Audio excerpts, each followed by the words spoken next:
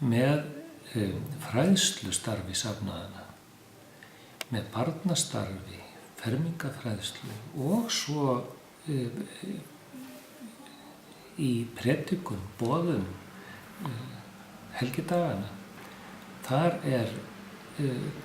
verið að treysta grundvöll siðarins, vegna þess að siðgæði ekki bara eitthvað sem miðlað með bóklestri, heldur umfram allt með uppeldi og iðkun.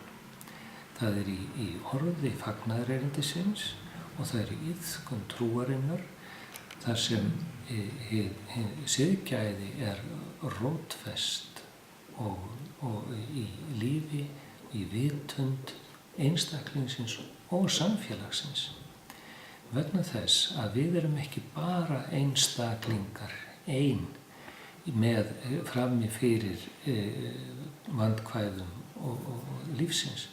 Við erum samfélag, við erum á samleið og siðgæði samfélagslegur veruleiki. Hvernig við mætum því sem lífið færir að höndum, hvernig við umgöngumst meðbræður okkar og lífið og náttúruna.